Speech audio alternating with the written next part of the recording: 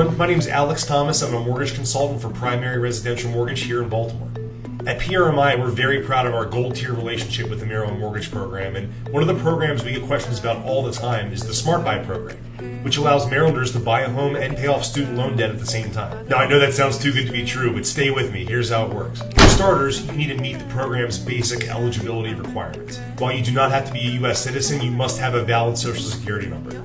Now, these loans are meant to target first-time home buyers, but MMP's guidelines are pretty loose around that. MMP states that a first-time home buyer is someone who has not owned a home within the last 3 years. Now, there are also some exceptions, like veterans using their exemption for the first time. So in some cases, you are allowed to have owned a home before. You must meet household income limits. Now, these limits vary by county and household size. But very important, if someone plans to live with you in the house and they make money, but they're not going to be on the loan, you still have to disclose that. And their income does count towards that limit. All applicants on the loan must occupy the home as their primary residence, and they may not own any other residential property at the time of closing. While other Maryland Mortgage Program products allow for lower credit scores, the Smart Buy program requires a minimum score of 720. And you must complete Maryland Mortgage Program approved home buyer education. Now for the fun part, here's how the Smart Buy loan is set up. The first mortgage is what you use to buy the property. It's a 5% down conventional loan. And this is the mortgage you're going to get a bill for every month in the mail.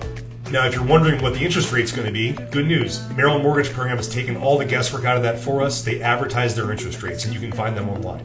Now, your rate is locked once your funds are reserved, which is usually not the same day that you go under contract, so make sure you talk to your lender about rate lock strategy. The second lien is what you use to pay off between $1,000 and $50,000 of student loan debt.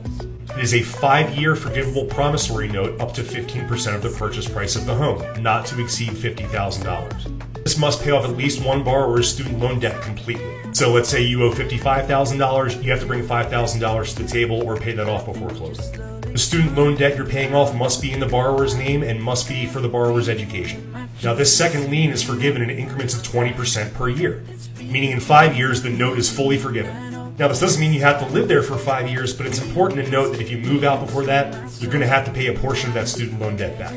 You also have the ability to obtain optional down payment assistance through the Maryland Mortgage Program to accompany this loan. And you have some choices here. You can choose a flat $6,000 or up to 4% of the first mortgage. Borrowers under the 50% area median income limit may use up to 6% of the first mortgage. No matter the choice, each of these options is a loan that you have to pay back when you refinance or sell the house. They're 0% and you never make any payments on it, but it's important to remember that. Here are some other common questions about the program. Can I refinance before the 5 years is up? Yes, you can refinance with the goal of reducing your interest rate, and the student loan debt will subordinate, but you got to pay off that down payment assistance if you used it. Can this program run out of funds? Yes, but usually they'll let us know well beforehand. Do the student loan debt limits change? Yes, in fact, recently in August of 2022, Governor Larry Hogan increased the limit from $30,000 to $50,000 of student loan debt. And throughout the several versions of this program, they've changed this limit several times and often without notice. I hope this is helpful, but I totally understand that mortgages are not one size fits all. So if you have any questions, feel free to reach out to me.